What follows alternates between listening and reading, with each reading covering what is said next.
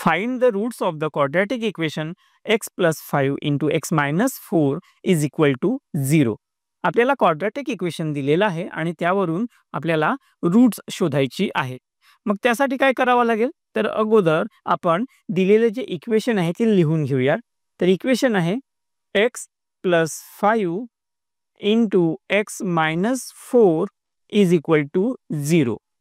दोन ब्रॅकेटचं मल्टिप्लिकेशन 0 दिलेलं आहे. याचा अर्थ दोन्हीपैकी एका ब्रॅकेटची व्हॅल्यू 0 असू शकते. देअरफॉर x + 5 = 0 और x - 4 = 0.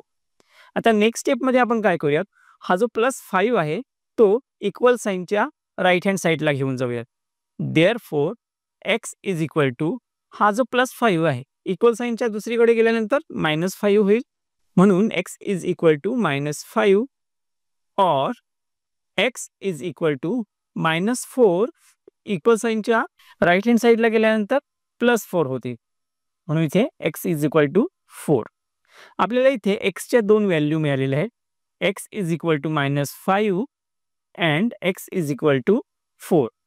तर ह्याच्या x च्या व्हॅल्यू मिळाल्या, ह्याच व्हॅल्यू दिलेल्या इक्वेशनची रूट्स आहेत. Therefore roots of given quadratic equation are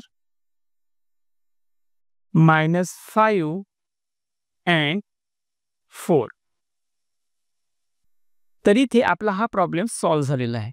जर तुम्हाला हा व्हिडिओ समजला असेल तर व्हिडिओला लाईक करा, आपल्या चॅनलला सबस्क्राईब करा आणि इतर व्हिडिओच्या लिंकसाठी आमच्या व्हॉट्सअप नंबरवर मेसेज करा. Thank you.